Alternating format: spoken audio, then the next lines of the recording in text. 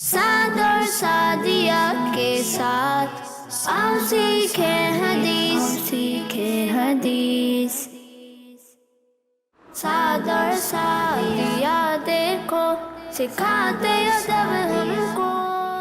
आफिया की तबीयत मुझे ठीक नहीं लग रही है। वो 2 दिन से बड़ी अजीब अजीब हरकतें कर रही है। मुझे तो लगता है कोई गड़बड़ है। आप अपना दिमाग कुछ ज्यादा ही चलाते हैं, इसलिए आपको हर बात में ही गड़बड़ लगती है। मुझे तो लगता है आपके दिमाग में ही कुछ गड़बड़ है।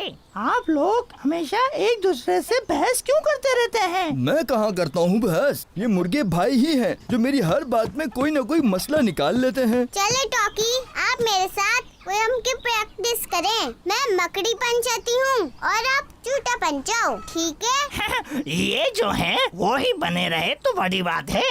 गलत बात है मुर्गे भाई, आपको इस तरह से तंज नहीं करना चाहिए।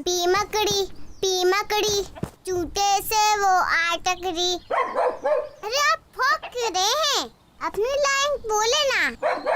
अरे छोड़े, मैं खुद ही अपनी प्रैक्टिस कर लेती हूँ। पी मकड़ी चूटे से वो आटकरी। हम आपस में प्रैक्टिस करें इसकी। ठीक है, करते हैं। बस रहने दें, आप लोग जो हैं वही बने रहे बस। आप मकड़ी और आपको चूटा बनने की आखिर जरूरत क्या है? बात तो सही कह रहे हैं वैसे आप। चले फिर ठीक है, इनको ही करने दे जो ये कर रही हैं। वैसे ये ऐसा कर क्यों रही हैं? देखें, मुझे अभी भी इनकी तबीयत ठीक नहीं लग रही। कैसे कैसे मुंह बना रही हैं। सही कह रहे हैं। अच्छा बच्चा कैसे बनना है बताते अदब हमको। सादिया, आपने मेरी वो नोटबुक देखी है जिस पर मैं अपनी स्पीच लिख रहा था? नहीं साद भाई, मैंने तो नहीं देखी। क्या हुआ बेटा, क्या ढूंढ रहे हैं? बाबा जान, जिस नोटबुक पे मैंने स्पीच लिखी थी वो मिल नहीं रही। दुरूद शरीफ पढ़ना शुरू कर दें, अल्लाह पाक ने चाहा तो जरूर आपकी नोटबुक मिल जाएगी। जी बाबा जान, जज़ाकल्लाह। आमीन। बाबा जान, एक बात तो बताएं, कल आपने सादिया और आफिया को भी दुरूद शरीफ पढ़ने का ही कहा था और आज मुझसे भी आप यही कह रहे हैं। दुरूद शरीफ की क्या इतनी फजीलतें हैं? ये तो कुछ भी नहीं है बेटा। दुरूद पाक की ऐसी बेशुमार फजीलतें हैं कि अल्लाह के आखिरी नबी सल्लल्लाहु अलैहि वसल्लम ने इरशाद फरमाया, बरोज़े क़यामत लोगों में से मेरे करीब तर वो होगा जिसने दुनिया में मुझ पर ज्यादा दुरूद पाक पढ़े होंगे। माशाअल्लाह। एक और हदीस पाक में प्यारे आका सल्लल्लाहु अलैहि वसल्लम ने फरमाया कि जिसने मुझ पर एक बार दुरूद पाक पढ़ा, अल्लाह पाक उस पर 10 रहमतें नाजिल फरमाता है, 10 गुनाह मिटाता है और 10 दर्जात बुलंद फरमाता है। माशाअल्लाह। इसी तरह एक और हदीस में सरकार मदीना सल्लल्लाहु अलैहि वसल्लम फरमाते हैं कि जो मुझ पर एक दिन में 50 बार दुरूद पाक पढ़ेगा, कयामत के दिन मैं उससे मुसाफा करूंगा, यानी हाथ मिलाऊंगा। माशाअल्लाह। बाबा जान, ये तो बहुत ही प्यारी बात बताई आपने। हमारे स्कूल में जो कंपटीशन हो रहे हैं उसकी प्राइज डिस्ट्रीब्यूशन सेरेमनी में जो मेहमानी खुसूसी आ रहे हैं, बाबर भाई उनके बहुत बड़े फैन हैं और उनके साथ सेल्फी खिंचवाने और हाथ मिलाने के लिए बहुत ज्यादा एक्साइटेड हैं। मैं उन्हें ये हदीस जरूर सुनाऊंगा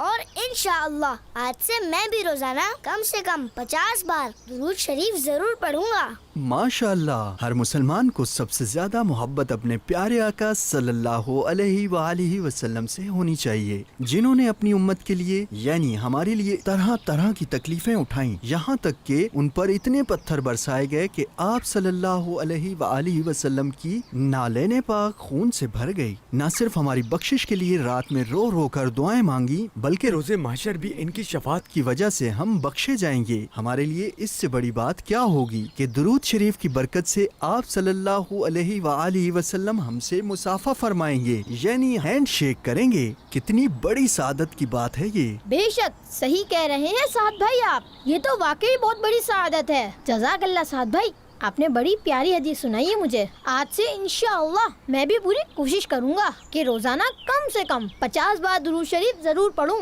इंशाअल्लाह।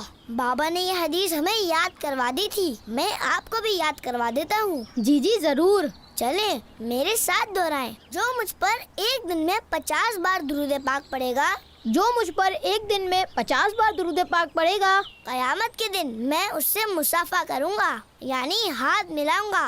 कयामत के दिन मैं उससे मुसाफा करूंगा यानी हाथ मिलाऊंगा। चले अब हम दोनों मिलकर साथ दोहराते हैं।